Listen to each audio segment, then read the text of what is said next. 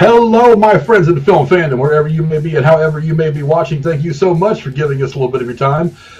We're kind of on the home stretch for the back 9, as it were, or the back 4 of the 8 episodes we're getting from Stranger Things season 5, the final season of the show. And boy, a lot of exposition, kind of a really cool opening to this episode.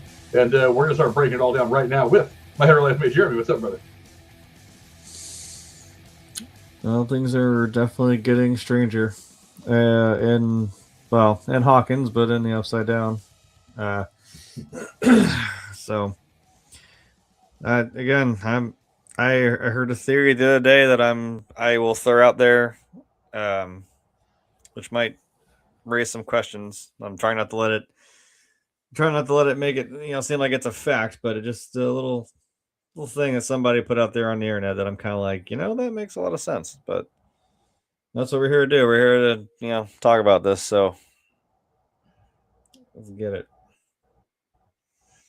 Yeah, this episode answered one big question for me, but only posed another. It is very odd that way, but I'll take it because it's fun.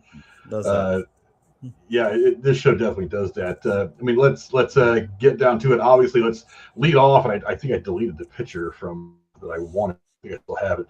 Well, let's talk about the opening scene.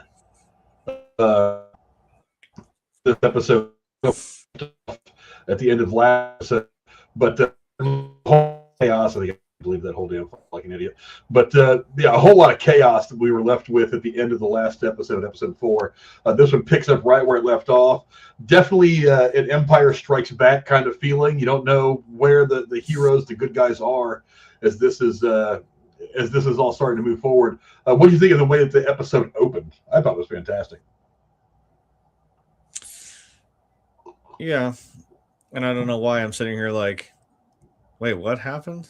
I'm like, I just watched it yesterday, and I don't even remember what we opened up on. I'm trying to remember. The aftermath of Vecna's. Yeah, it was all the portal. Oh, the Demogorgon attack. Yeah. Oh yeah, with Will, right? Yeah, that happened. I don't know why I'm struggling right now. I'm like, what the hell even happened? I don't know. I'm having a hard time with this one because we're still. I think most of these people are in the Upside Down right now. At least most of the important people are in some weird pseudo version of it, like with the kids and Henry. So yeah, and again, we discovered that Callie was still in there. In the lab with Sarah Connor, which I guess it answered my question with that, because I was like, well, it wasn't just her that was out there like way back 20 years ago in like season 2, and they're like, oh yeah, they killed him. I was like, okay, that's an easy way out. Thanks for that. I figured as much because they just left her alive, but yeah, that definitely got pretty damn dark. That storyline. But that does give us that again answering questions.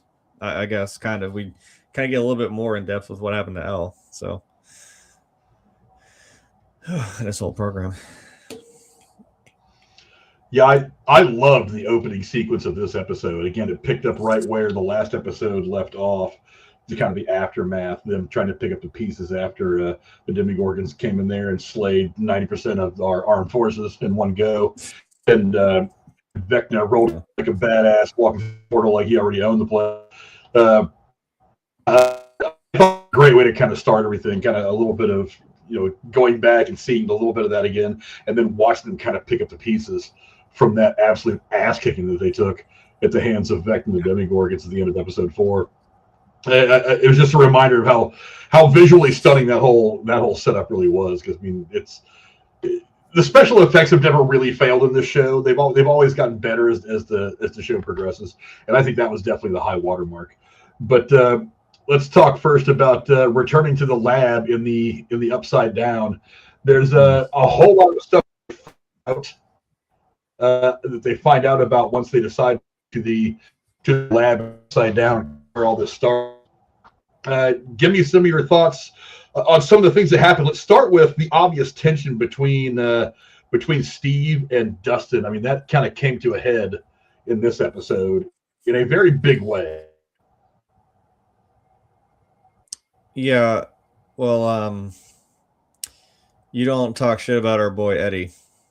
That gets you some equal rights and lefts there, Steve. I'm telling you. I want to see, like, Steve's point. I think even Rachel's like, yeah, he was kind of right. I'm like, yeah, or he's fucking stupid. So, whatever, take your pick. Like, or he could just be fucking wrong. I mean, when he says like, oh, he didn't save anybody, I'm like, I'm pretty sure the point was that those bats were about to just straight up go right through the trailer into the real world. And Steve, specifically, if you remember, got your ass kicked by them when you went back into the Upside Down. You got your ass kicked by those same bats, dude. So I'm like, I think that was the point, and it was a character arc, redemption arc for Eddie. That is, he's always like, I'm not a hero outside of D&D. I'm, I run away from things, and I'm like, well, yeah, real world's a little different than D&D. And even in a show like this, it melds the two. And he just kind of had that moment of like, nah, I'm not running away this time. I'm gonna, do something, do something here for the group. So, and that is still something that Dustin's, we can tell he's still holding on to a lot of that, being that he said, like he was saying, Eddie was like the person he was probably the closest to, they looked up to, and that both of them had a respect for one another. And like he says, he's like, well, Eddie didn't give a shit what anyone thought about him. Like, they all thought he was weird, that was a freak, that he was a murderer, it's later in the season. But, he just kind of like, he didn't give a shit what anyone thought about him. And that's kind of, like I said, what Dustin's been carrying around all this time. So I kind of get it. I mean, it's also the classic storytelling trope of like, oh, look, the two heroes need to have a fight or a falling out before the big thing happens. And they all come back around and we're all hunky-dory because, worse things are happening, so we kind of better put our shit aside for a minute. And I've also seen a movie, so I'm like, well, this is, they're looking for something specific, and they're going to tumble around, and then it's like when you're not looking for it, you're going to stumble right across it. And I don't think they necessarily stumbled across what Dustin was looking for, but he did find something that led him to know what they were looking for was apparently not what they thought, but kind of got them to that point. So I don't know. Maybe Steve can go back and pout over his beamer that's now stuck in the Vecna wall or something. I don't know. Well, it gets worse for his beamer. Rest in peace, Steve's beamer, by the way. you were a gamer there, but yeah, it doesn't. But I watched all the episodes at this point because I had to, because I wasn't going to be able to watch the last one when it comes out in theaters and not having watched this other one. So I went and watched them all. But yeah, I can tell you with great certainty that it does not get any better for Beamer. But yeah, I thought it was something that we've been kind of waiting for this whole season.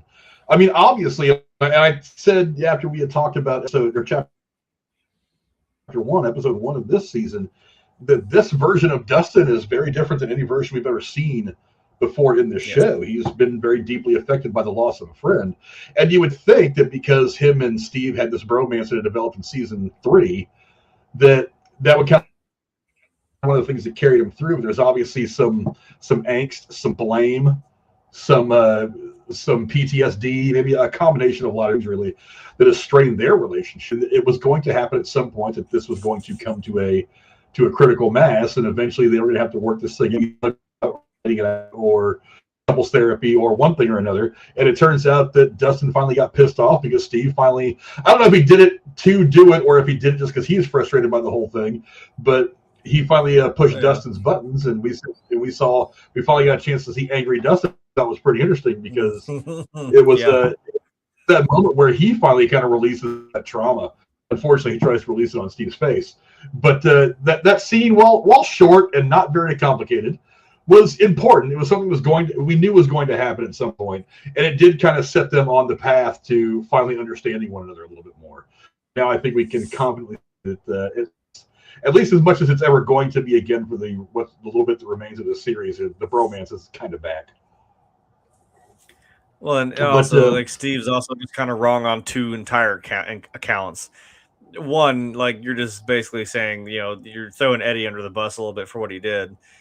And again, as Dustin had that like tearful bit with his Eddie's uncle saying like, even in the end, he being Eddie sacrificed himself to save the town that completely hated him. I'm like, damn, that's heavy.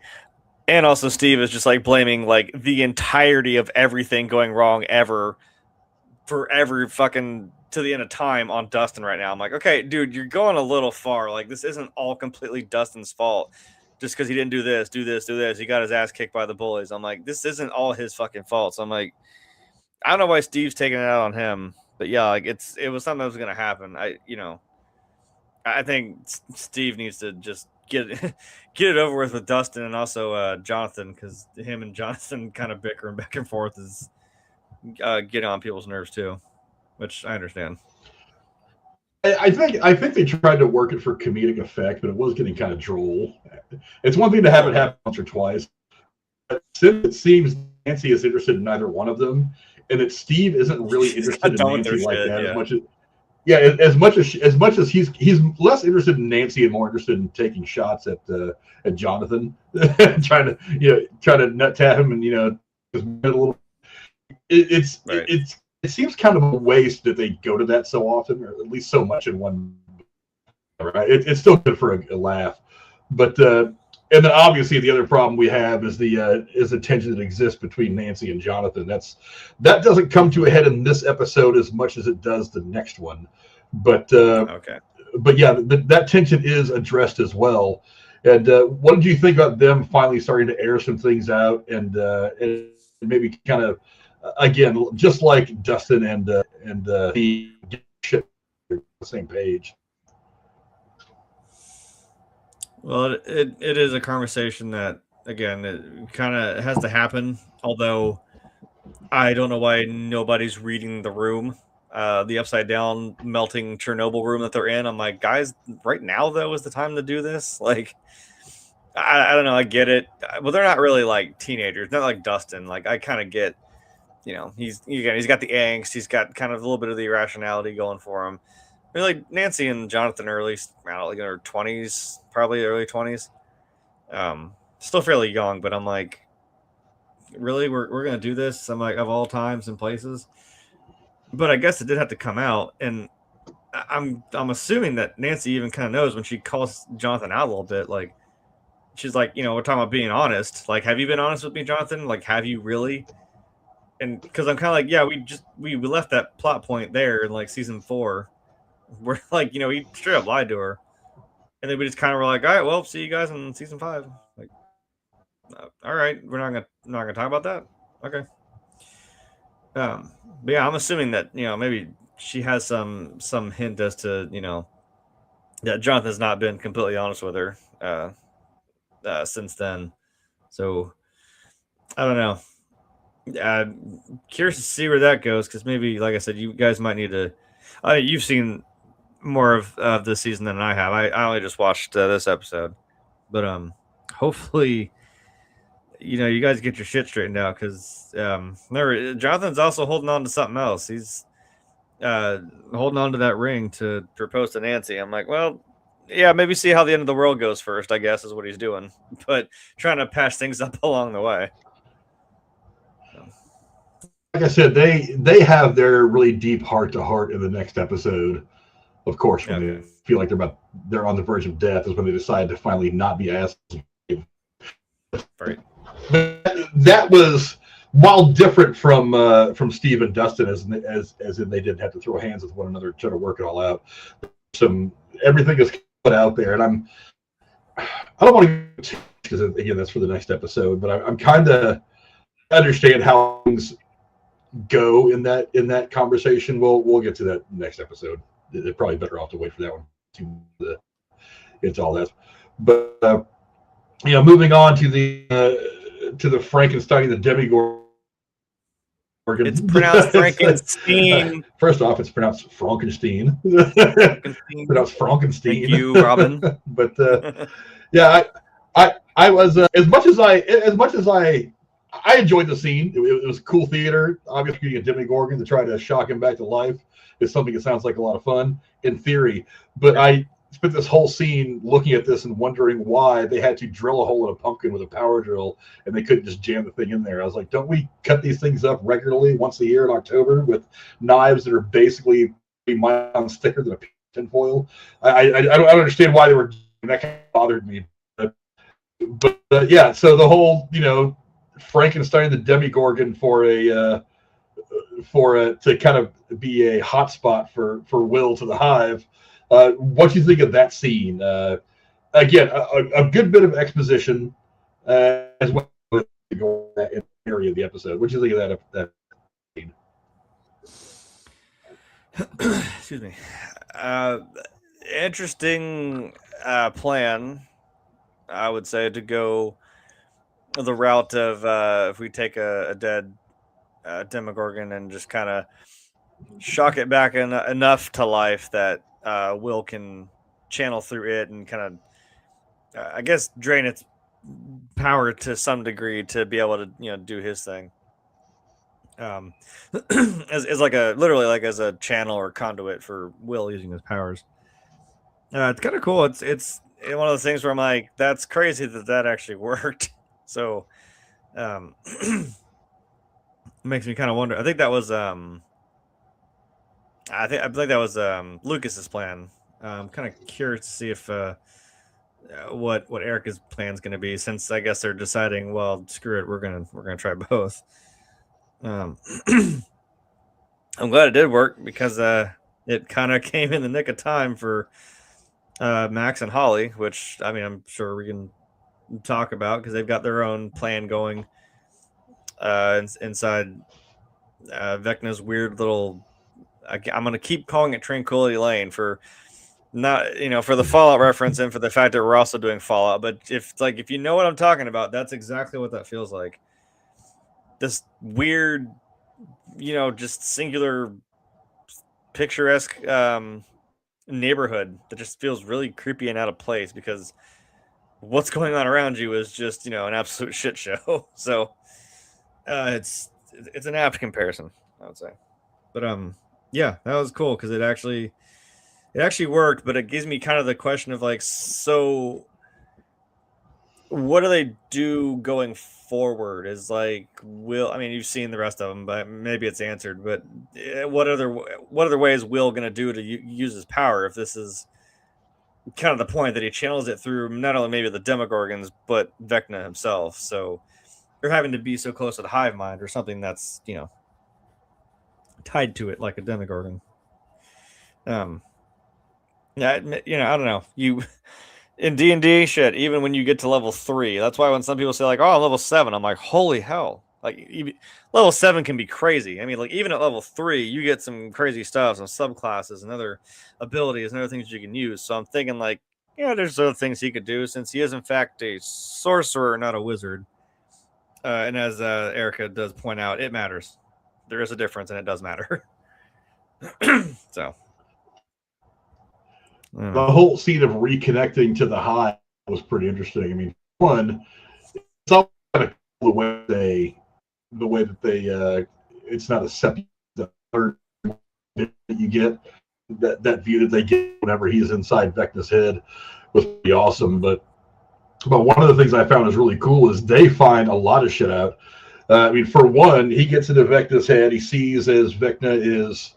Well, he starts off by finding dipshit Derek, which I'm glad whatever the hell, delightful wasn't working for me well. He's delightful, Derek. Derek again. I decided he's always gonna be dipshit Derek, but he's always usually in my notes I just call it.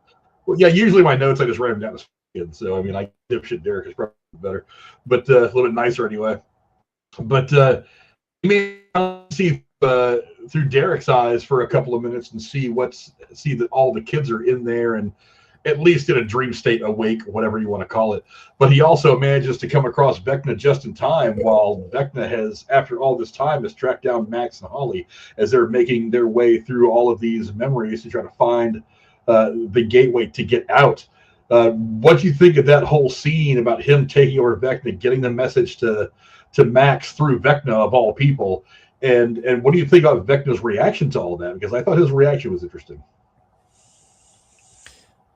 Yeah, like I said, it came in the nick of time because as we can see there, like I said, I'm gonna start calling him Darth Vecna because A, it sounds cool, but also, I mean, that is straight up that right there is Vader holding up Captain Antilles from Episode 4.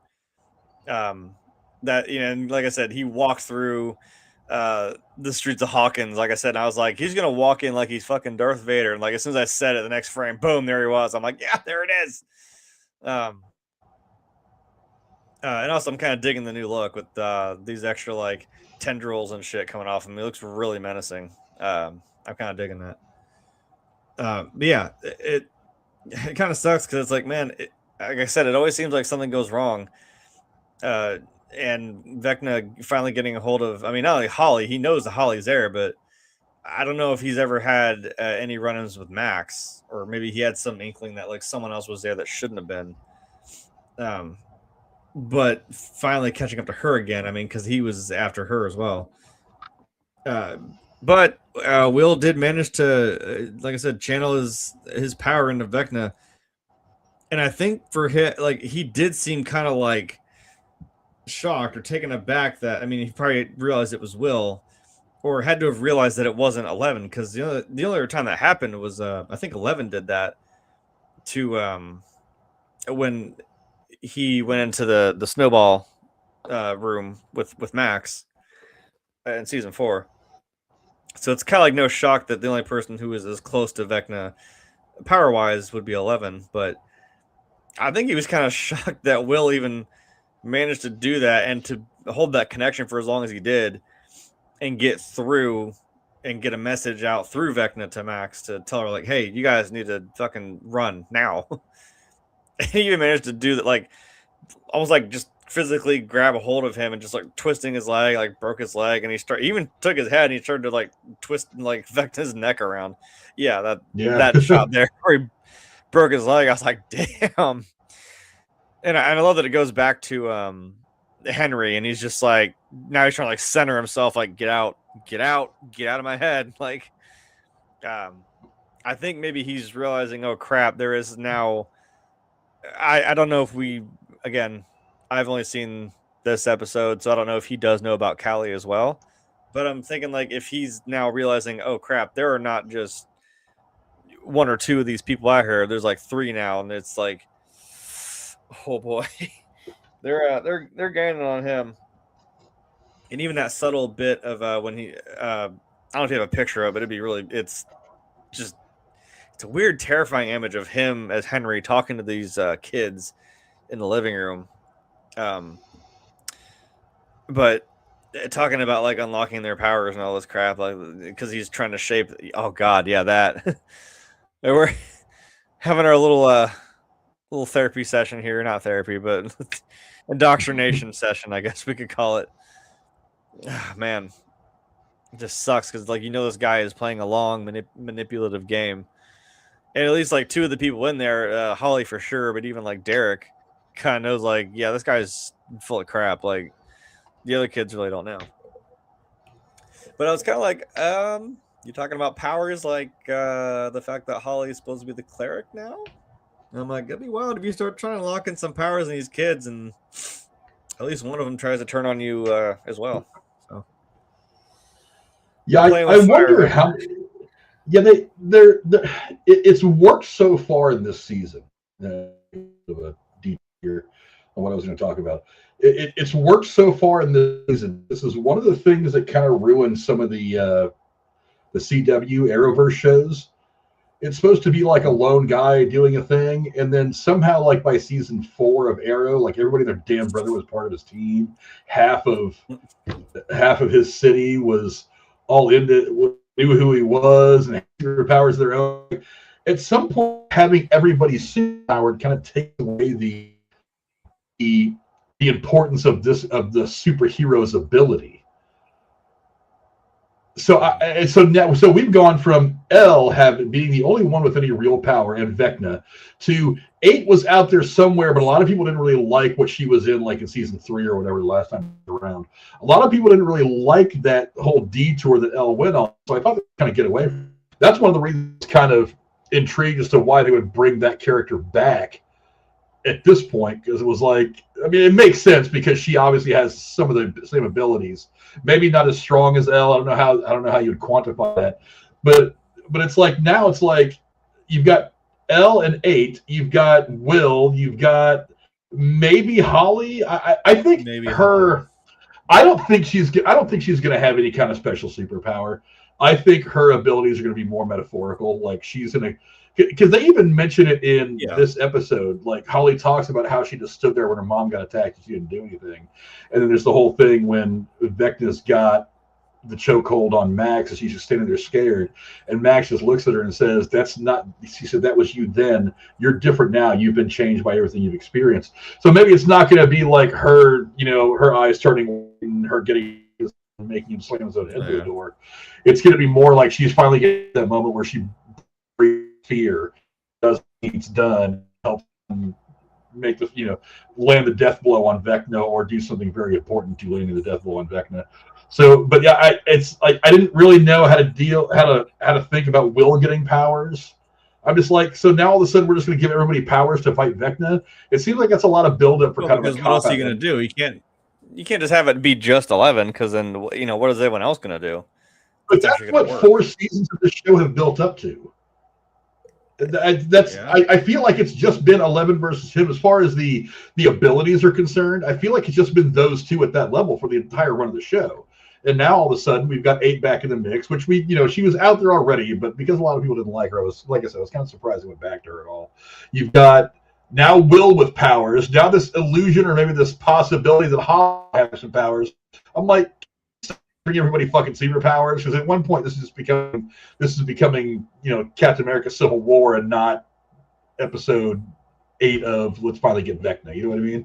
It just gets a little cluttered like that, because that's one of the things that brought down the Arrowverse shows for me, is that everybody was superpowered, everybody was part of a big crime fighting team, and I'm like, that's not really how these shows started. That's really not what made them great. What made them grow. It just kind of got diluted. So I don't really like the idea, but I have a feeling it's still going to come down to L and Vecna at the end of the day. But I just don't know how to feel about all these people that suddenly have these abilities. I think it's kind of silly, but whatever. But it was interesting because we all run around with powers anyway. So, but that's the world that's built from the very beginning, though. You see what I'm saying? I guess. It's like if you have 10 guys at a table playing a D&D campaign, you all have certain abilities, especially you start from square one with your character having ability, and maybe you can kind of grow these abilities. I don't know how it goes. I mean, you guys haven't sat me down and explained this to me yet. But you have those abilities going through the campaign, or there's things that you pick on the way that it hands you. But you know that you have some ability from the start. When we met these kids, they were all fumbling around playing D&D, riding their bikes around. They were kind of basic 11-year-olds from the early 80s.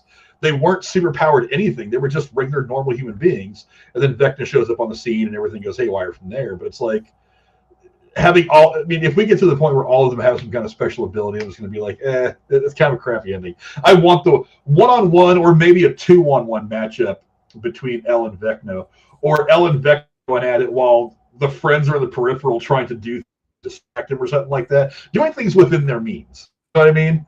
It's like I expect, Elle to do her whole mind stuff and doing all her, throwing magic with her hands and shit, casting spells.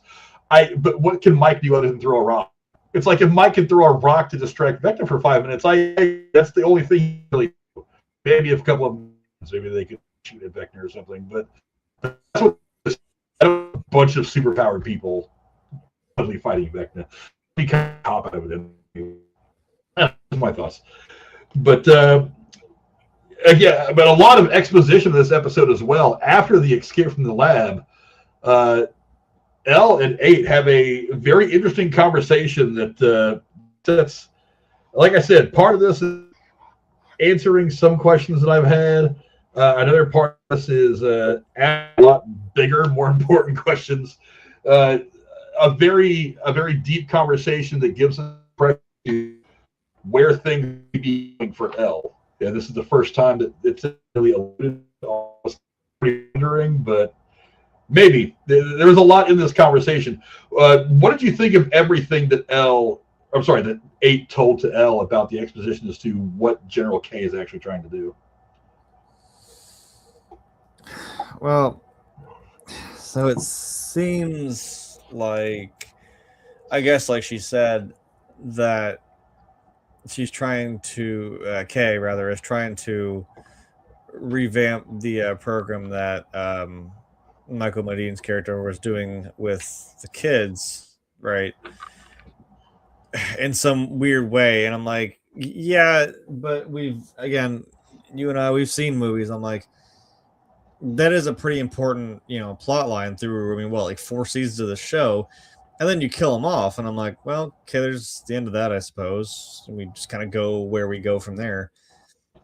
And then, and I hate that I'm like, this is like the Star Wars shit where it's like, yeah, but like, so what if someone else tries to do it and do it like the same and like better? Or, like somehow Palpatine came back. I'm like, are we doing this? Like, I don't know. And it's probably, and I know it's like, it's just some feeble attempt. And it at least it's a horrifying visual, like seeing what 8 saw inside the lab, that they were trying to recreate the same thing, which is what I'm assuming is how Callie and Elle came to be, was that they were infusing the pregnant women with this, with Callie's blood, trying to get this to work. But of course, it's not working as well as they would have liked. So, because like the only other one, they're like, other than Vecna, would be Elle, that they could get this to work. It's, power levels and whatnot, I guess.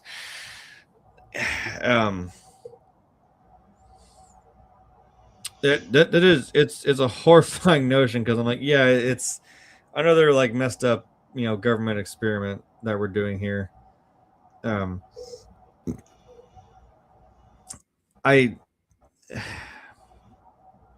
gonna throw that theory out there now, because someone's just rolled around in your head that someone said, wouldn't it be kind of wild if 8 was actually the Mind Flayer? I know it's the whole like, yeah, that means she was there the whole time, just like Vecna definitely wasn't, even though even though he actually wasn't. Because it does like mess with your mind and make you see things that like you wouldn't normally see. I'm like, well, that's kind of her whole shtick, right? She's kind of the reality stone, right? To put it in like Marvel terms, she can manipulate stuff around you and make you see stuff, whatever it may be. That would have been kind of wild. I thought maybe she was being used for like, because she is kind of a reality based like has a reality based mind powers.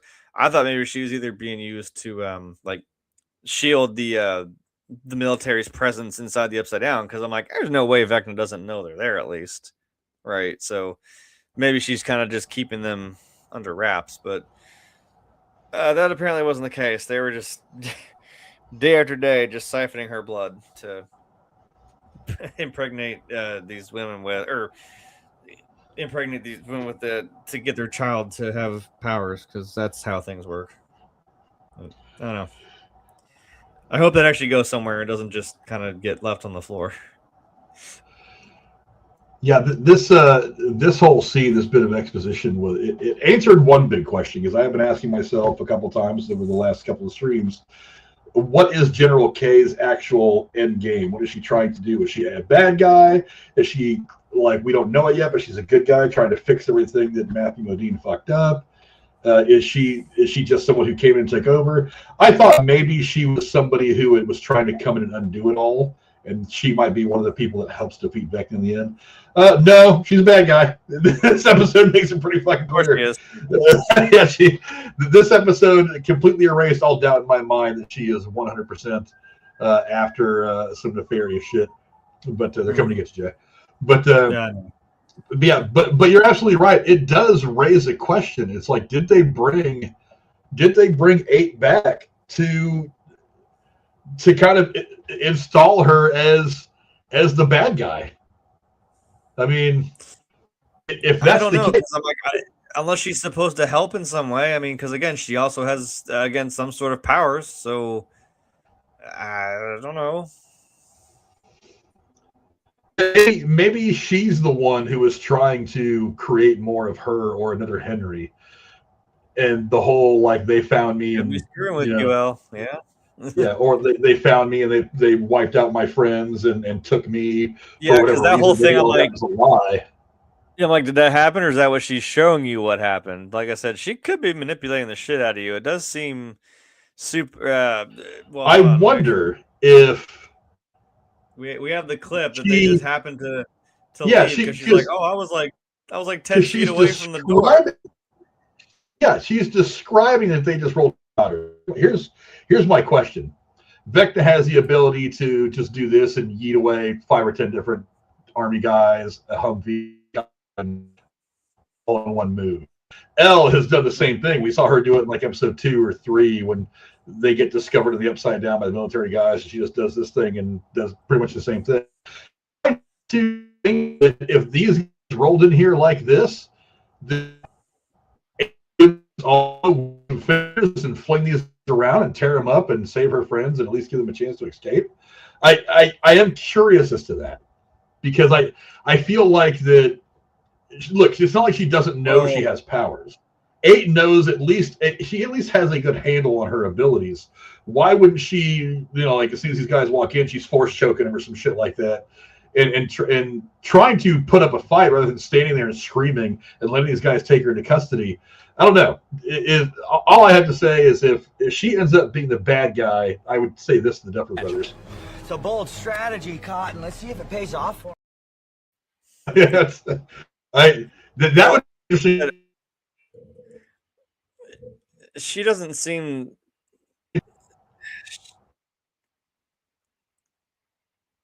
Jesus Christ! I think I lost you there for a second.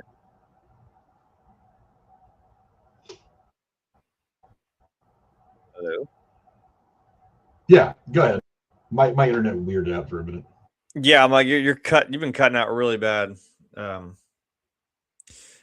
I was just gonna say that she doesn't necessarily have like the so-called like the Jedi powers that like Elle and like Vecna have. She has like the stuff where she can manipulate what you're seeing. So not necessarily. I don't know. She could have maybe done something to make the room look like she wasn't there, because she did do that like where she was projecting herself like she was still in that room when Kay walked in, and then she kind of realized, oh, she's not really here. I mean, so she has some ability to do that. Now, again, do they have the BS like Sonic the Hedgehog, whatever the hell they fucking called it? Maybe they had that, and that's how they got the jump on them. I don't know. It does just seem like the kind of convenient that they just, oh, they happened to find me and happened to kill all of them. I'm like, right, but why'd they leave just you alive? If they're really trying to figure out like if any of these people that have powers it would have worked on, like, I mean, like you said, why would they have just picked her? They know 11 would probably be the one to use because they're not going to get Vecna. I mean, you don't know if any of the rest of them could have worked. So I don't know. And it seems like she can do all this like flying through the air like kung fu like John Wick bullshit to all these guys, and then she just doesn't, and she just got her ass kicked. I don't know. I'm just saying it. I have the clip.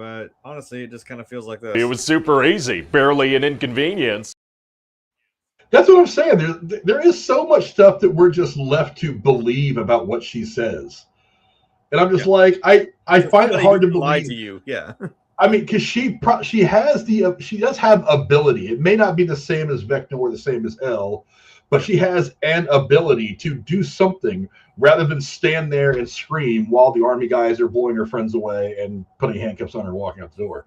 Like, she can't put, like, because we saw in this episode, she has the hologram, the image of herself out there trying to trick General K while they get away. She couldn't have had she didn't have the wherewithal or the knowledge to put a hologram standing there while she was running away, and the guy would have put the cuffs on her and grab her as they domed one of her friends with the mohawk.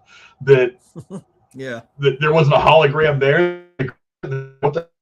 She's actually on a Greyhound bus going somewhere else to parts unknown. Here's my questions about K, but transfers all those questions and all those doubts I have to 8. I feel like there's something else there, but especially with the explanation in the second episode to exactly what the nature of the Upside Down is, because you get a big explanation for that in the second episode. It really does make me wonder exactly what all this is. Like what all these people that have abilities, what is their place in it all? Because it seems like there's a lot that we have not been explained to yet, and it's going to make the final episode very interesting because there's still a lot out there. But let's talk real quick about the conversation that they had. This is the first time. I mean, we've been asking ourselves, who's going to die? Who's going to make it out of this thing alive? It's out there. Nobody knows. Nobody's died yet, which is kind of a shock to me. I really figured that at this point in the series, in the final season, we would have seen at least one significant death. But the only death we've had was Steve's Beamer. That's it. Yeah, so far. But they start to lay their groundwork for the possibility of Elle not making it out of this whole thing alive. Are you surprised? Did you just kind of figure that maybe it was going to come down to her maybe not getting out? Because especially learning what we learned about General K, I was thinking as they were saying it, it's obvious that as long as Ella's out there, they're never going to stop looking. So her and Mike are not going to be able to go to college, get educated, go get a job, and then live in a nice little house in the suburbs somewhere. It's not going to be that easy for them. So, do you think that that's a little bit of foreshadowing as to how things are going to go for Elle? I wouldn't be surprised by it. It seems like, we know what the title card matchup here is going to be. It's going to be 11 and Vecna, because that's kind of the whole point. That's kind of what started it. Really, it was her, I guess, kind of unlocking her power, be able to like shove him through that portal into the Upside Down and, kind of turning him into Vecna. That's what kind of started it. So it kind of might end up like a Harry Potter situation where it's like you have the two of these people and neither of them are going to survive while the other one lives, right? So it's like you said, we start this thing, or we end this thing how we started, together. So it might come down to that. It might just be, what breaks a diamond? A diamond. That's the only way you're going to do that. That's the only kind of path you have. It might have to come down to that, because that will be a poetic way to go out, and also it would still hit pretty hard again for everybody involved, having 11 be the one that kind of bites the dust. And I can't think that there won't be other casualties, but man, yeah, I wouldn't be surprised. Either she kicks his ass or she kicks his ass and dies. Like, it's one of the two. Let's move on now to Max and Holly continuing their little journey through all these memories and things like that. Obviously, they're looking for a way out. They do eventually find it, in a manner of speaking. It's a bit of a journey through this. An interesting one, to be sure. I'm left with a couple of questions, like mainly who was that guy with the briefcase in the mine that apparently Henry came across when he was young? It apparently started there, and I'm hoping that the final episode gives us further explanation, because something happens in that cave that we see partially, but it doesn't really show how it all plays out in that moment, at least not yet. So what do you think of that whole sequence of Max and Holly trying to figure their way out, and eventually ended with the end of the episode with Max being able to run up that hill and get back to her earthly body? God damn it. Yeah, we're just beating this Kate Bush song to death. It's a good song, but goddamn. Well, at least like Holly has Max there to kind of help her navigate this, like figuratively and obviously literally, because she kind of figured that out, that was what you do, is you go through these memories. And it does have like that not Friday the 13th, Nightmare on Elm Street kind of feel, where it's like, this is just like a dream. It's a memory. It's not real. You're kind of out of body experiencing something that you've already had happen to you. And it's these chain of events that like the same common denominator is that Henry is there and is a part of it. Creeping in their window while they're watching a scary movie, I don't know if you have that shot, but that was a horrifying fucking shot of him in the fucking window. Yeah, that shit. I was hoping you had that. It's just fucking horrifying. This guy's standing in the window in the rain, staring at them while they're watching that scary movie.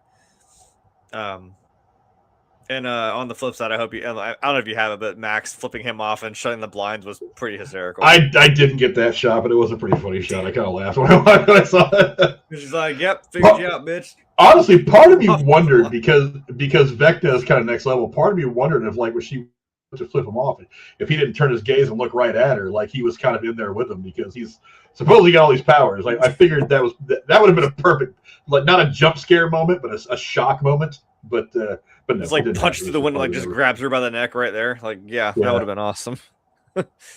No, because I mean, like I said, Max is kind of the one who's like, she's done this before, so she's kind of helping Holly get her bearings of how to do this and navigate it.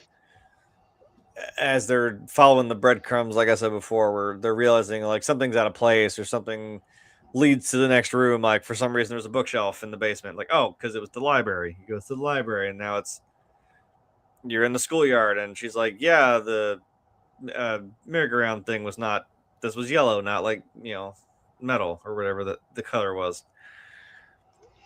And they're crawling their way back, and I'm like, yeah, but like last time we were here that didn't exactly work. But like I said, then we get the thing with Will kind of saving her tail there by overtaking Vecna in that moment. And it at least kind of gave another cool moment for like Lucas realizing that, like, wait, Max is like alive in some capacity, that she is in there with Holly. So I think Mike was there, right? So he at least knows, like, oh, well, my sister's at least alive again. She's in this weird world.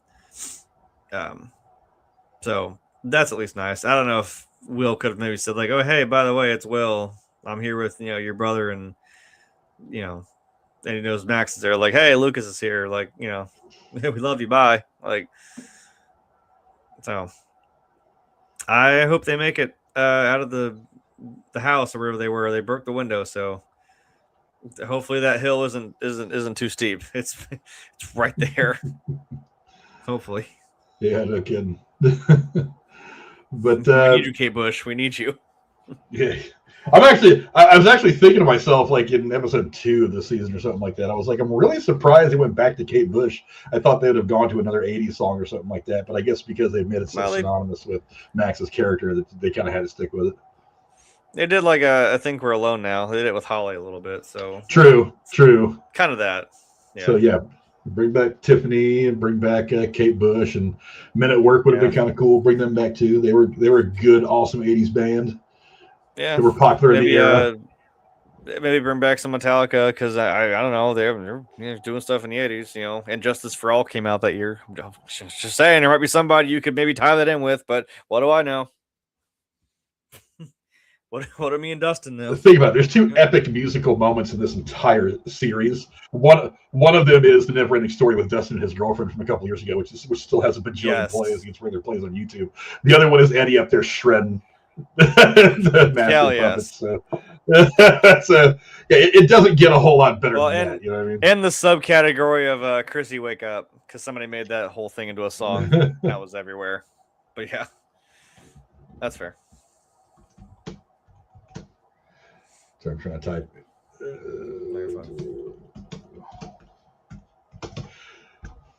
Yeah, I don't know why it didn't come up in the chat on here, but it said Dr. Nick saying hi real quick. Says, hi, guys. Merry Christmas. He also says that Placebo covers Running Up That Hill. He said it's the best cover ever. So. Ooh, all right. I'll have to look that up. I'll check that out. I'm always down for a good cover. Covers are either terrible or they're awesome. There's not usually a lot of in between. That's why I actually have a playlist of like covers that are either as good as, or if not, in my opinion, better than the original song. So like I'm always down to hear some covers and put that in my lexicon of that playlist. So let me give that a listen.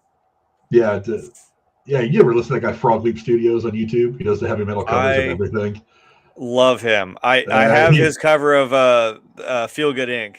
on the playlist. Yeah, I love that one. Like some of them are kind of comical, like whenever he does like a Taylor Swift song or Baby Shark or whatever the hell he was doing. But he did the like Tetos to Africa. Like that's a banger of a metal cover. Yeah, he's done some ones that are really good. Yeah. Leo Moricelli. He did one that was Sultans of Swing. Yeah, I never pronounce his name right unless I'm like reading it on the screen. Yeah, he did one of Sultans of Swing by Dire Straits, which is really good, really good. So go check that out if you have a chance. But yeah, let's talk now about the ending of the episode. They work their way up to the roof. Nancy and Jonathan do, and they find this crazy. The gravity engine that they think it is right about the same time that Dustin is finding out all kinds of things at the same time. Obviously, he's not going to be able to get them the information that they need in time. They're just going to go and start shooting at it because you know what the hell, it's what us Americans do. And just that's what Nancy does. So yeah, she's trying to turn into a little Sarah Connor, ironically enough. But she is. But yeah, so they finally find this thing that is at the heart of whatever is connecting the Upside Down to the real world. What were you thinking of when they finally come across it? You finally get a look at it. What were you thinking about what we were seeing? It kind of makes sense because I mean, this is where this all kind of originated from. It's where it started, right, in the Hawkins lab. But I'm like, this is the Upside Down Hawkins lab, right? So it obviously this seems to be that point since I mean, like we saw the diagram that Dustin drew that everything kind of this big, Charlie Day graph that he made that like everything points to the center of this whole phenomenon being the Hawkins lab. That these seem to be that fixed point in the middle. So I'm like, is this some weird, like, is that like the center point to where the worlds collide or like what? I don't know. Cause I'm like, there's only so many, again, something that I'm like, wasn't it way back in season 1? Like there was just some fucking tree somewhere in the middle of Hawkins that like you crawl into the stump and all of a sudden you're in the Upside Down. I'm like, was there just like a weird portal? And now they're all like, oh, we don't know how to get in. I'm like, yeah, you do. Nancy went there. She let Barb fucking die, which I'm still mad about. Barb deserved better. But damn it, like you had this tree that justice you found for Barb. Yeah. God damn it. Like I know I'm all about Eddie, but damn it, I think Barb deserves some justice too. Because that would God damn it, Nancy.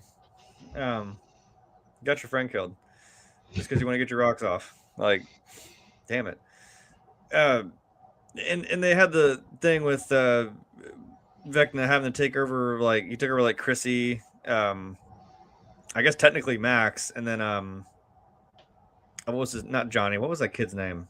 God damn it, the third kid that died, so they could open up the portals, and then it seemed like they were like, well, there's one in the lake. I'm like, okay, you're getting these portals, these rifts that are opening up, at least, that meld the worlds, and then like now the Demogorgons can just rip one open in the fabric of reality and just come through. So I'm wondering if like this again has something to do with it, because Dustin was thinking that it's what kind of powers this whole thing, but as we saw, he was freaking out because he realized like, oh no, that's not what it is. He's trying to get Nancy and Jonathan's attention before Nancy's answer to everything is just shoot it and then ask questions never. I appreciate it, but it's not like every tool chest needs a hammer, but is a hammer really the tool for every job? Yeah.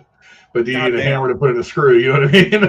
Yeah, I'm like, I admire your spirit, Nancy, but damn, even Jonathan stops her. He's like, "Are you sure about this?" And like how she's even like, "No," just shoots it anyway. I'm like, "Fucking Christ!" Yeah, and Dustin there's he's trying to haul his ass up all those stairs with his broken radio and trying to tell them like, don't touch it, don't shoot it, don't destroy it. You guys are gonna die. Like, don't. And I'm like, God damn, that's frustrating because he's probably the only one who does know and understand what's going on, being probably the smartest one in the group. And yeah, of course, cliffhanger. Nancy's like, nope, shotgun, cut the black. God damn it. Yeah, you don't even get to see the gunshot. It's just like right as she pulls the trigger, it cuts to black, which I was like, that's good drama, but whatever. Yeah, you hear the gunshot and that's it. But fuck, I don't know. It's got to be something like I said. Some sort of like it's the center like pinpoint of the two again of the real world and the upside down. So it's got to be some sort of. Is it a pathway? I don't know. Something that you probably don't want to again just start slugging lead at. So it explains what it is in the next episode. And while I think it's cool, and I won't get too much into it. While I think it's cool as shit, I was like, it's an interesting explanation as to what it all is, because if you ever paid attention to any science fiction movie, you've heard it before. So I was kind of surprised that they went to kind of this old thing. Now it's interesting the way they word it and everything is interesting, but the way they explain it, the way that they explain it is interesting. I was not expecting it, and they kind of explain it in the first few minutes of the next episode, which again, cool visual. And that's where Steve's beamer finally meets its ultimate end, is when they kind of think, yeah, it's pretty funny. That's going to be a fun. Oh no. But yeah, so yeah, rest in peace, Steve's beamer. That's going to be the end of it. But yeah, I thought it was I thought the dark magic stuff at the end. I was like. Because I've been wondering for most of the show, I'm like, exactly what is the root of all this? One of the things that I learned when I was learning how to manage business and manage people was get to the root of the problem. Never stop asking why. Why this? Because of this. Okay, why that? Because of this. So why this? Because of that. Keep asking why until you get to the point where you can't ask why anymore. That's how you get to the root of the problem. And I've always kind of wondered, I'm like, what is this? Is Vecna himself just kind of like Michael Myers? He's just evil personified. It's all kind of within him. Or is he feeding off something else? I was kind of wondering, where does all this begin? Because I feel like if you're going to truly defeat Vecna, you don't just defeat the one guy, you defeat what is it, or ever at the core of his power, whatever that might be. And if it ends up that he's just the one who's evil, then fine. Explain that to us as time goes on, and I'll believe it when he dies, that this is the end of it all. But it's so much bigger than that. But I am left with the question, and it's going to have to explain this in the last episode, because it certainly doesn't explain it in the next two. How does this connect to Vecna at all? I mean, what was the thing that brought these two together? And how do I get non-spoilery? But it's not spoiler, because it happens in this episode. When he opens that case, you see the stuff start to come out, and that's it. It's like, what? I mean, did they find it and that's where it came from? I'm wondering, because they're going to have to explain it, and this last episode is going to be over 2 hours long. So I would imagine we're going to get some good. So we're getting a lot of things explained in this final episode. But I just kind of wonder, where did it come here intentionally? Did it trip and fall on the planet Earth and decided to start doing his business here? Was it something that because the way Dustin describes it after he's reading all the books in this episode, all the notes, is that we created it. But what did we create? Did we create it, or did we find and we tried to manipulate? Because those are two different things. But that's something that they don't explain it at all in the next two episodes. So they're going to have to do it in the last episode. But again, at 2 hours and 10 minutes long, or whatever it is, they have a lot of explaining to do. They have a lot of explaining to do. But we've already talked about a couple of new theories. Obviously, General K is not potentially a good guy trying to clean up the mess. She is very much a bad guy. We've talked about the potential for 8 maybe potentially being the bad guy. Is there any off the wall theory that you have at this point that it doesn't have a whole lot of evidence or proof, but you know that it's like there, and you can't let go of it as being a possibility? Well, I do like, that, wouldn't that be wild if, Kay did kind of know that, now I'm thinking more about this whole thing with Callie, maybe that is her way of getting, maybe that's the easiest way of getting Elle, because she does know her, she has history with her. Because I'm trying to remember, now I want to go back and look at it, what was Kay's reaction when she realized she wasn't actually there? Because I'm like, she didn't seem really upset by it. She's a pretty cool-headed, person. But I'm like, she was just kind of interesting. I'm like, wait, so maybe she was like, well, screw it. If she does get out, she's just going to lead me right to her. So she's not really worried about it. So unless, like I said, my theory is, I'm like, does Callie have knowledge of that? Is she willingly doing this just to, is she going to throw Elle under the bus? Because that would that would suck. Because again, I would hope she's on our side, but if she's playing the other side of the field here, that's not great. I don't know, because again, I asking the why, I don't still know why or really how Vecna is doing what he's doing, or what it means. Like, or we haven't had that explained yet. We're seeing it happen, but I'm like, okay, but see, where's the strings being pulled? That's what I want to know.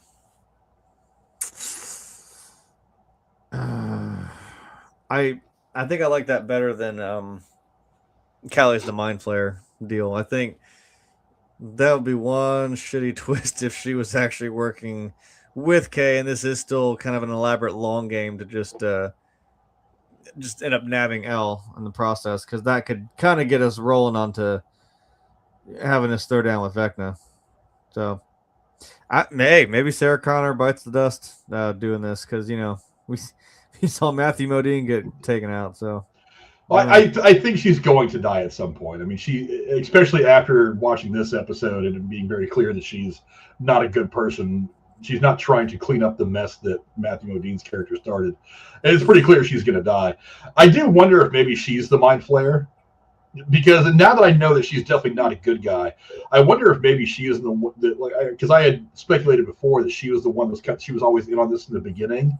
And then maybe this is her taking a more hands-on approach, because whatever Matthew Modine was doing didn't work for her, or he died, and she kind of went all Thanos, and she was just like, I'll just do it myself, that kind of thing.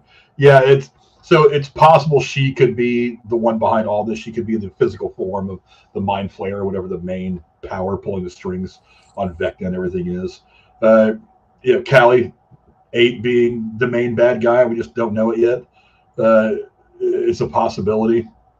Kind of wild to have that happen in the 11th hour, though, because someone was saying that like there was some other, like kind of like one of the ultimate like bad guys of D&D was like the real thing. I was like, yeah, but now you've been building up Vecna. I'm like, Vecna is a pretty big, Well, it's not so like you wouldn't want to do that now. All of a sudden, be like, it's like here's Ultron, but like here's Thanos. Like, well, wait, we didn't know about that. Like. I don't know. But yeah, I mean, we knew about Thanos way before we got Ultron, but at the same time, it's like, I am a little, well, because 24 did this. It's not like it's never been done in television or movies before. 24 with Kiefer Sutherland was really good about this.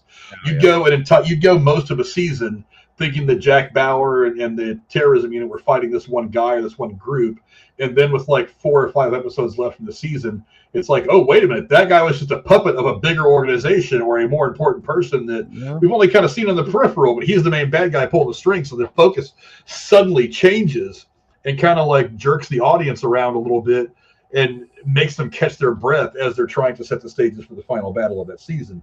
So it's been done in TV shows and movies before, but I don't know how. For one, I don't know what they're going to do yet, because like I said, they've after watching all these next 3 episodes, there's still a whole lot of explaining they got to do in this last episode. I mean, they got to tie everything up real fast, which is kind of a concern to me, because I don't want it to be cluttered with finality. You know what I mean? I've always thought that the best final seasons of a lot of shows, they've locked up plot lines and stuff like that kind of one by one over the course of several episodes, instead of waiting until like a big episode at the end to kind of cram it all in there, all this finality. It kind of makes it hard to adjust to certain things, and you can always use explaining one plot line to kind of set up the explanation of another, or to kind of lead into the explanation of there somehow. But if it's going to be 2 hours of, okay, here's how this plot line ends, here's how this plot line ends, here's this plot line ends, and then the last 10 minutes is like, okay, now Vecna and L fight. It's like, well, it's not the presentation that I like for my finality. You know what I mean? But whatever. We'll see. Because like I said, while the next couple episodes are certainly very exciting all on their own, there's still a lot of explaining that has to be done. A lot of plot lines need to come to fruition over the course of the last episode. But and we'll close out with this. I mean, we have not seen a significant death yet, and no, And the reality is, I thought we'd have a significant one by now, but it appears that the deaths are all going to happen very, very late in the story. I don't know. Like we talked earlier about how they allude already to maybe things are not going to end with Elle in the living. That she may have to go. 8 may have to go if indeed she is still a good guy, and that the only way to stop this is for them to metaphorically lower themselves into the lava like Terminator at the end of Terminator 2 and kind of crush Skynet forever. But I don't know. Give me your guesses now, because by the time we get around to doing the rest of these episodes, the final one's going to be out, and at least I'm going to know everything that happens. So let's give our final thoughts now. Who lives and who dies? Let's start with Elle. Live or die, since he's the one we've been talking about most anyway. And I hate that it's a 50-50. I have no idea. Like, it could go either way, and I would not be surprised narratively either way. I'm not saying I like the idea, but I kind of like the narrative idea that like she might bite it at the end there. So, because it's gonna take some crazy shit to get rid of Vecna. So I'd maybe lean more towards she might end up dying by the end. Yeah, I'm with you on that. I think Elle probably dies. I'm thinking that the only logical ending for this character is that she bites the dust for one reason or another, because, like I said, they pretty much foreshadowed it in this episode. They're never going to stop looking for her, now if she ends up living, I'm calling it already. It's all set up for a return series, limited or otherwise, in 10 years. They're going to. Because they've already got spin-offs planned, because they've already said that there's other things happening in other places there's in the world. There's the animated show. There's the animated thing. There's the play, which apparently a part of that play made it into this episode and pissed some people off, or one of the episodes and pissed some people off. I've never seen the play, so I wouldn't know. But I agree with you. Let's talk Joyce now. Let's talk Winona Ryder. Do you think she lives or she dies? I think she'll make it. Because I have a different person that I think might end up dying. I think she'd stick around. I'm not saying she's not important, but I'm like, I don't think there's enough there to like. It would just be kind of shitty if she just died. And I'm like, yeah, then for what? I don't know. I think she makes it. I could be wrong. I agree with you. While I think her death would be significant, I think that of the two adults that are involved in all this, the ones who have been adults since the beginning of the series, that she's probably the one that is most likely to survive. Which brings us to the next one, Jim Hopper. Hop. Does he make it out or doesn't he? See, because again, now they're playing heavy-handed with this shit. Because I mean, Elle does bring up a good point when he keeps saying it's a failsafe. She's like, that no one knew about. I'm like, yeah, a failsafe is something you tell the team. Yeah, if this goes sideways, I do this. Maybe because Hopper's got combat experience and training that nobody else involved in all this has. I know, but so there are probably some things. I mean, you're not going to tell them how to wire a nuclear bomb. You might know, but you're not going to tell them, because while they have certainly been skilled enough to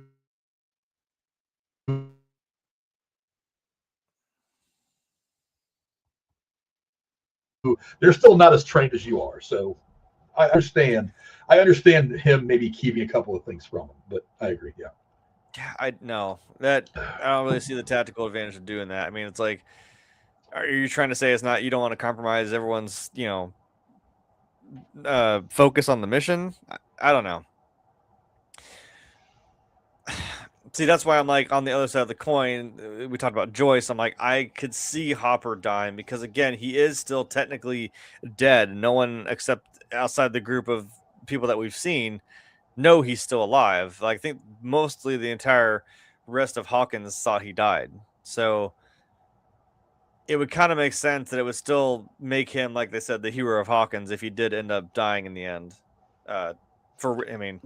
It would feel kind of cheap, but I mean, for real this time, actually going out, trying to take Vecna out, which I think would go hand in hand with 11, because the two of them ended up teaming, because she doesn't like that he was just thinking that I'm just gonna waltz in there and just Allahu Akbar, boom, kill this guy. Like, no, dude, that's not how it works.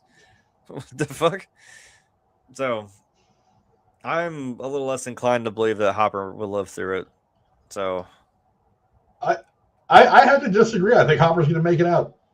I feel like, I mean, it would be unfortunate because I'm leaning towards Elle not making it out of this, but she may, I don't know, but it would be unfortunate to have him go through everything that he's gone through with his wife and daughter before the series begins, right? And then to lose Elle again. But at the same time, I've watched a TV show before, and the fact that they had him so close to potentially dying when he had the suicide vest on, I feel like that's a head fake. That's the kind of head fake they do in a good show that tries to keep you looking over here while over here the big death really happens and it shocks the hell out of you. I feel like that's one of the things that whole encounter does is it makes you think Hopper's not going to make it out, but then something else happens. It could be that Hopper lives and Joyce dies, because I feel like either both of them are going to live, or just the one of them is going to die and leave the other one kind of lovelorn. You know what I mean? I don't really know, but I don't think both of them die, and I think Joyce lives, and I'm leaning towards Hopper living, but I'm like 51%. I'm right on the fence, only because of that scene and how it played out. But I don't know. It could be anything. And you did it again in this season where he's like, you pretty much think like he basically tells 11 goodbye, and he's like, I'm just gonna go in here and blow him up. I'm like, dude, seriously? Shit. Yeah. So doing it for a third time would feel kind of cheap, but I don't know. Like I said, we all know Glenn dies in The Walking Dead. Spoilers, sorry everybody. And he dies in the comic. We all know that's an iconic death for the series. And then, like in the show, which we know it's different because it's not really following the comics to a T. And when you see him fall off the dumpster and seemingly get ripped apart, we're like, really? What the shit? Wow. Well, we know he dies, but damn. And then he just comes back to die, like literally, I think an episode later. We're like, well, okay. You know what I mean? It just felt that's what I'm saying. That's kind of my hesitation with Hopper is that I'm like, we've done this like twice now. And then be like, oh yeah, no, he actually did die. I'm like, well, I don't care because you fucking played with me twice there thinking that he did die. I don't know. Just maybe that's why I'm like, go ahead and do it.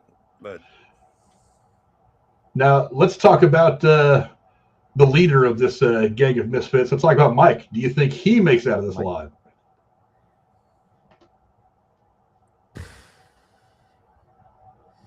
See, because I'm trying to like lay out, because I'm like, if I think 11's gonna die, I'm like, well, then the next thing will be Mike.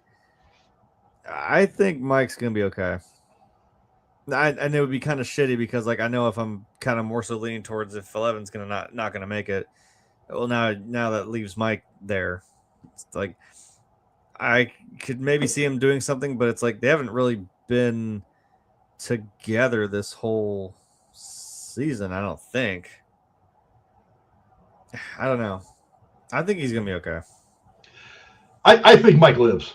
Of the more important characters, you're talking about Hop, Ellen, Mike, and probably Joyce. Of the more important characters, I think he lives. I'm pretty solid on him living. Dustin, you think Dustin makes out of this? My gut tells me yes. Honestly, I'll go both of them right now. I think Dustin and Lucas make it out of this thing okay. I think Dustin and Lucas are also okay. I don't think there's really any reason for them to end up leaving. My only maybe is because I'm like, maybe because again Dustin's become little Eddie Munson Jr. I'm like, he might do something dumb and try to like, now that I know he had that little spat with Steve, like maybe he'll be like, I'll show you what a hero really is, and fucking he ends up dying. But I think they'll be okay. I agree. What about Nancy Wheeler? Again, she's turning into a little Sarah Connor. I know.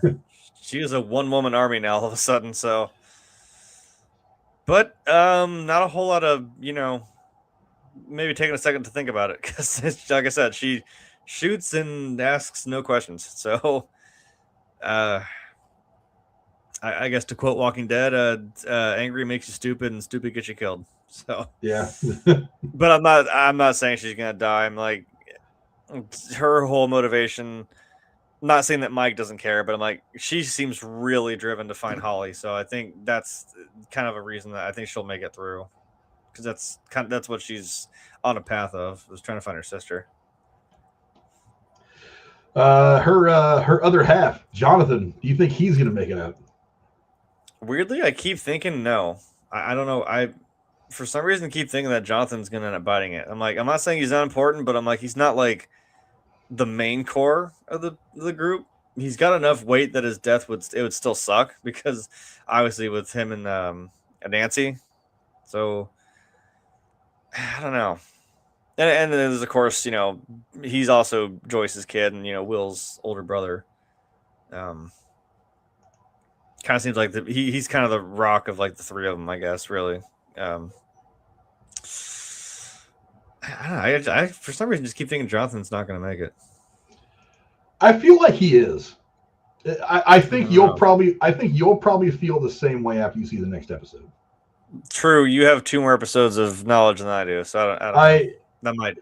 I mean, look, and I'll full disclosure. Even though I've seen all of the episodes except for the last one, I'm not 100% sure of any of these things that I'm saying about who may live or die. I'm not. They could kill everybody. They could, I get the text here right now saying that after the shit show of Volume 2, Vecna wipes them all out. I totally understand that, because we all know how. What do I do, Lord? Destroy the child, corrupt them all. Yeah, we all know how he feels about killing the kids, so kill them all. But I'm on the fence about almost all these, but I really do think Jonathan will live, and I can go into more detail about why I think that as we do the next one. But I mean, she's already been messed up. Karen Wheeler, I feel like she's probably going to live. I mean, she had a moment later on that you badass, which I like. So you think Mama Wheeler makes it out? I'm more concerned about Mr. Pimp Daddy Ted Wheeler. I don't think nobody gives a fuck about Ted Wheeler. I don't understand why nobody gives a shit about Ted Wheeler. God damn it. I think she lives. I mean, shit. She same as Joyce, man. She's ready to square off with a Demogorgon. Like, they both went Mama Bear.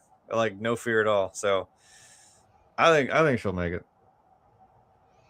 She did kind of get. I think so too. Out, but I think she'll make it. Yeah. Yeah. Would just be mean, especially she's half her hero later on the show. But now the big one, Will. I mean, does he make it out? Yeah. See, now that's what I've been kind of contemplating.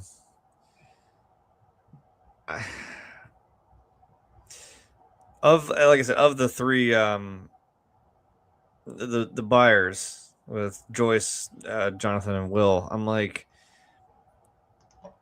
I don't know if I want to say he won't make it, but like, with this late in the game, we're doing all this stuff with Will. All of a sudden, I'm like, yeah, no, I think he'll live, because, like I said, being that I'm like, I feel like Elle's gonna end up biting the dust, but I think Will will be fine. Unless, this is like we have to, with a conspiracy, we're throwing everything under the rug. It's like, well, we can't have rogue people out here running around with powers and shit. So, I don't know. Okay, so I'm going to have a little fun with this one for a minute. I just asked Grok on Twitter, what are the odds that Will Byers lives at the end of Stranger Things?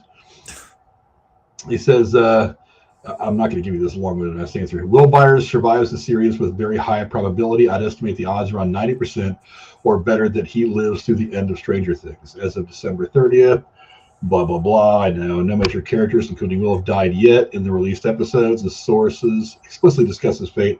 Up to Volume 2 confirms he survives those parts, which we already know. Duffer Buzzer's test of deaths must feel narratively earned and satisfying, not shocking or gratuitous. Well, that would be any death, really. And killing Will, the boy whose disappearance started the entire story, would contradict the show's coming-of-age hopeful tone. I don't think so. I think that his death... You can say the same thing about if you wrote it well, I mean, all of them could serve a narrative it could serve the narrative in their death, depending on how you write it. But I don't know how they've written the last episode yet. Pre-final fan theories and betting odds often flag Will as a high risk due to his Vecna link, potentially requiring a sacrifice for full circle closure. However, with his arc now focused on growth, overcoming trauma, and contributing uniquely to the fight, a heroic death feels less likely than survival, possibly with lasting changes, like losing temporary powers, which I'm sure he probably will. The supersized finale of The Right Side Up drops tomorrow, so definitive confirmation is hours away. Based on everything so far, Will making it to the end aligns strongly with the story's direction. He's endured too much not to get a shot at peace. Well, maybe. You can say that about any Yeah, I mean, all of them have traumas at this point, so it's like, why are we selecting Will? That's Gruck, by the way, saying it, so it's AI, so take it as you will. But dude, honestly, I'm 50-50, man. I just don't know.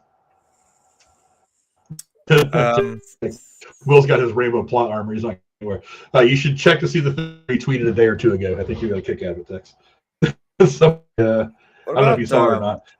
Somebody went on, used Grok to rewrite the whole Will coming out scene to be more authentic and kind of funny. Oh, fucking good for them. It's pretty funny. You get a kick out of it. I honestly, I'm thinking about grabbing a clip to use on here because it's so funny, but it's a little much. It's pretty funny. Don't boo AI. It was funny. If you have a sense of humor, it was funny. It was funny if you have a sense of humor. AI isn't all bad. It's making for a lot of entertaining videos and shit on the internet. You just got to know that they're fake. But moving on, let's see. Next one is Max. I think Max is going to live. She's already been through plenty. I think Max will be all right. I think Max will be her to die. Yeah. Let's go, Steve. You think Steve's going to make it out of this? Steve is also kind of a wild card. I know that's one that we're all kind of sitting on. Man, I don't know. That one's one that I hate to I hesitate. I could say man, I can go either way. You know what? He's got to break out the Chips Ahoy outfit again because you know what? The captain goes down with the ship. He's going to go with the beamer. There you go. Yeah, I don't know. I between Steve and Jonathan, I think Steve's the one that makes more sense to die. So I'm going to say about a 51. I'm going to go 51% that Steve doesn't make it out. Again, not having any significant deaths at all, getting them all in the last episode is odd, but it's going to make everything hit real hard and real fast. I think Steve's probably going to be one of the ones that goes. Do you guys hear that? Does that sound like the bells of Game of Thrones? Is that what I'm hearing? Maybe. Sorry that your Dragon show ended stupid. Sorry. But only a couple left. I would imagine these next three are probably going to live. We got Robin, Erica, and Murray. Robin, I think, is probably going to survive. Robin, I think's all right. Erica, I think, will probably survive. I think Erica's going to live. And Murray. Murray's the one I worry about. I know. Maybe. He might do something wild, but I'm like, man, if he does, it's going to be something pretty funny. It's going to be epic. He's going to drop some crazy one-liner and fucking drive his truck into something. I don't know. He's going to do something crazy. I would imagine that if Murray dies, it's going to look a lot like when into the fucking alien spaceship at the end of Independence Day. It's going to be like that. That's what I'm saying. It's going to be some, hello, boys, I'm back. Yeah. It's going to be something like that. If he dies, it's going to be like that, and I think that we're all just going to have to stand up and just salute him because he's going to be something awesome. But I honestly, of those three, I think Murray's probably the one most likely to die, but I can see all of them living. We'll raise a jar of Jif peanut butter in his memory. I certainly will. Yeah. Linda Hamilton, I'm pretty sure she's going away at the end of this whole thing, one way or another. I think Sarah Connor's getting terminated. Yeah, she's getting terminated. Wouldn't it be kind of cool if she ends up getting killed by Sarah Connor Jr. That what's her name has become over the course Nancy has become. Nancy. Yeah, I think that would be kind of a fun little visual since she's, like I said, she's become kind of Sarah Connor Jr. And Henry Creel, obviously Vecna. He's going to go down. I think Vecna's dying. The bad guy's got to die, or else what's the point? But more spinoffs. That's the point. Yeah, it was funny as hell. I didn't get. I've gone with the whole L gun and laying the end of it. I thought that was a bit much. I didn't really get the humor, but funny. But yeah, I don't know. I'm curious. This last episode is going to be a whole lot of fun. It's very interesting to see how they tile this up. Again, it's going to be long. I mean, what's the length of this last episode?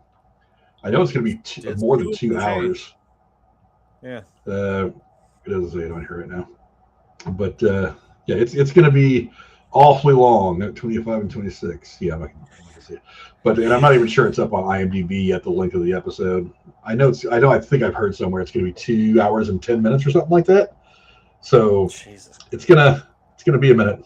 But yeah. So who knows? Honestly, talked about. I'm on 51% one way, 49% the other. I'm not 100% sure. That could go either way.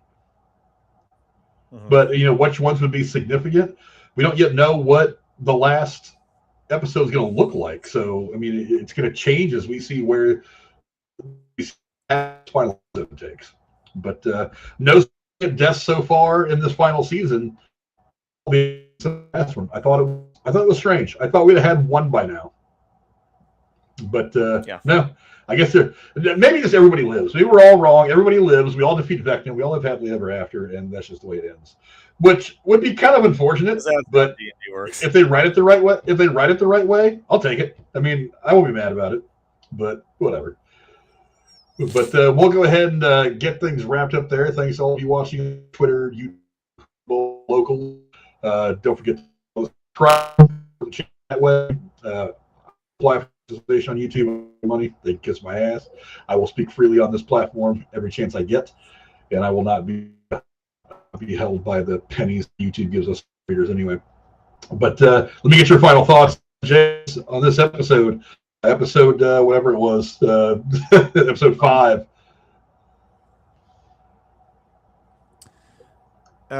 Yeah. Again, laying out some groundwork.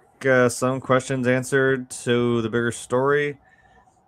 Some still yet to be answered, which I know, like, we're gonna get answered in the 11th hour. But I mean, shit.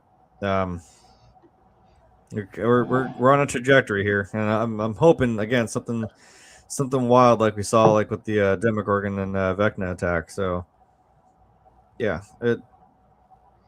I'm curious to see where this goes. Yeah, there's a whole lot that happens in the next couple episodes. A lot of explanation of where we're at and stuff like that. But again, it's all nothing has come to a head yet. No plot line or anything has been completed. It's all going to happen in the finale. But the journey there has been a lot of fun. These next couple episodes very exciting all on their own. Even the whole Will finally coming out to everybody, I thought was an average scene. I mean, I don't think it was special, but it was a scene. It was there. It didn't really fit for me, but I'd have done it differently. But whatever. It's done now. They finally get past all that. So at least they've managed to finish that whole thing before we got to the finale. But yeah, we will see what the rest of this season brings as we go on about this. We'll be back here next Thursday.